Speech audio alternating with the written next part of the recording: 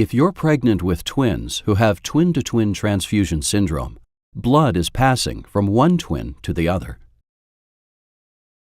Inside your uterus, your fetus receives blood through blood vessels in the umbilical cord connected to his or her belly button.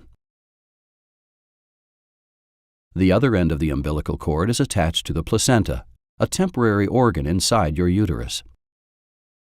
The outer layer of the placenta, called the chorion, contains many blood vessels that carry blood to and from the umbilical cord. The fetus floats in a watery substance called amniotic fluid. Surrounding both the fetus and amniotic fluid is a thin membrane called the amniotic sac. If you're pregnant with twins, they may share amniotic fluid because they're both in the same sac. Or each twin might have his or her own amniotic sac.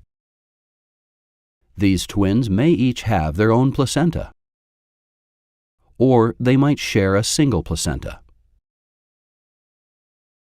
Sometimes, when twins share a placenta, blood passes between them through the placenta's blood vessels.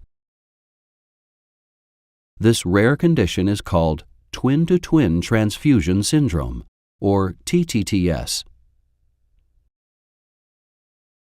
In twin-to-twin transfusion syndrome, one twin, called the recipient twin, receives too much blood, while the other twin, called the donor twin, receives too little. When this happens, the excess fluid in the recipient twin's blood is filtered out of his or her body as urine. The urine passes into the amniotic sac, which makes the sac larger. Twin-to-twin transfusion syndrome happens in only a small fraction of identical twins that share a single placenta. It is also a rare complication with triplets or any other multiple pregnancy. The cause is not known. Complications that may result from twin-to-twin syndrome are preterm birth, a condition called hydrops, which is swelling of one or both of the twins, or death of one or both of the twins.